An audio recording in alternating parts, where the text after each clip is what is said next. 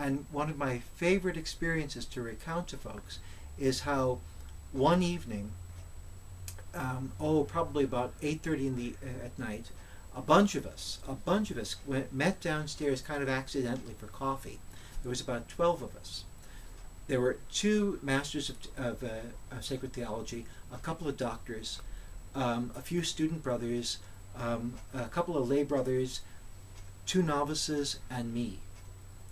And we got into some kind of discussion. I don't even remember what it was. And it practically drew blood because the friars, all the guys around the table, had very, very, very serious commitments to certain points of view. And they fought like champions, right?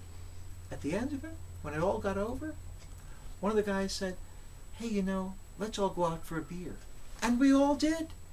It was great because Dominicans understand that challenging each other isn't an act of aggression. It's a means of discovering truth. And that's the best part about living here. Unlike any other house in this province, here we have great fights, great discussions, and great fraternity. My first night here, well, maybe my third night here, one of the friars, who's a diehard Obama fan, okay, got into it with me, and it's a good thing the cook took the knives off the table by that point. But at the end of it, we're all friends. We all sat around and had a glass of wine afterward. So the presence of wine does help Dominican joy. You have no idea. If you are a teetotaler, don't be a Dominican. Okay? St. Thomas said you can drink usque ad hilaritatem until you get happy. Well, Okay? I need you to substantiate this next time, maybe.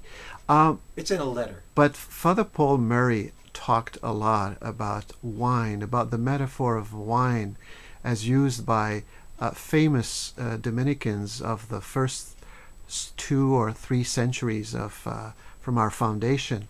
And he wrote a wonderful book called The New Wine of Dominican Spirituality. So let's move now. Now, as we know, the greatest cement of Dominican life is common prayer. And did anything strike you in our common prayer that you haven't experienced elsewhere? The one thing that strikes me about the prayer here, because it's such a small community probably, is the commitment the folks have to the common prayer. The prayer life here, because it's a small community with a couple of guys who really can't sing, and the circumstances in which the friars do the office, the choir, which is here extremely tiny, really limits our ability to truly experience it, I think, in a classically Dominican fashion, which is a much more liturgically full expression of office. But having said that, okay, I have to say, the guys that come to the office, they are committed to the office. Father Gabriel rides herd. He makes sure that we get all the T's crossed, all the I's dotted. Okay, Father Marcel is incredibly prayerful. Okay, and Father Claude and Father Pierre, they're devoted to the observance of prayer here. This is a great thing.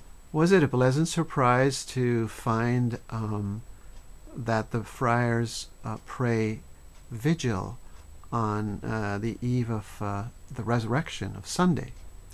I haven't seen that any place, even in the States, except for the province of Toulouse. I lived there for 3 months, and Saturday was I loved Saturday because on Saturday we had pretty much day off, but then we had Vespers, dinner, break, and we had vigils. And after that, there was a party. We had a big, they put out the booze, and we went downstairs for a movie. It was great.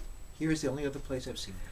Now, the second most important ingredient of Dominican life, and that could encourage some of the younger friars to come at least and visit us and maybe think of staying, being assigned here, is the quality of the food that we eat. Can you a little bit talk about this? If I ate everything Linda cooked, I would be as big as Utah.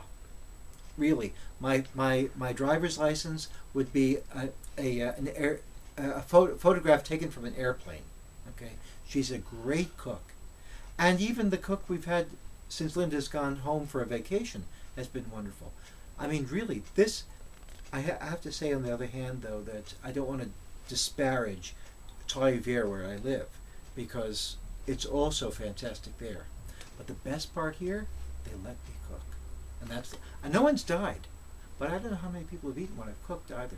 However, the food here is tremendous. So would that be an incentive, according to you, for a younger brother to come? Oh yeah, y'all okay. come. That's wonderful. Just come for 3 weeks. Eat. Do nothing else. Just eat. One of the blessings that we've had here in Vancouver is the presence of a community of Dominican contemplative nuns in Langley, British Columbia, which is about 45 minutes driving from Vancouver. Could you a little bit speak about the nuns and their vision? You know, I have to say I have a soft spot in my heart for the nuns, because I believe that it's extremely important for the nuns and the friars to spin off of each other. I think the one great thing about the Dominican charism and Dominican history, as you see in the life of Jordan of Saxony and Diana of Dandolo, is how each complements the other, each strengthens the other. And in Langley, we have a community, a small community, 9 nuns, of really tremendous ladies, really, really gifted women, who are incredibly intelligent and deeply prayerful and holy ladies. And the best part here is that the friars and the sisters interact unlike a lot of other places I know. This year we went for a Canadian Thanksgiving, we went for American Thanksgiving, we went for Christmas. Okay, and God knows what they're going to do after I go.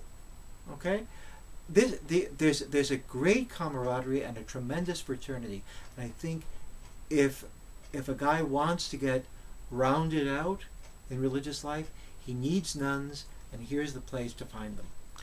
So, Father Martin, thank you very, very much for your stay in Vancouver, and may we wish you a blessed, blessed New Year, and we hope that you will remember us in your prayers, and you will encourage the younger brother to come and visit us, and maybe be open to being assigned here in Vancouver.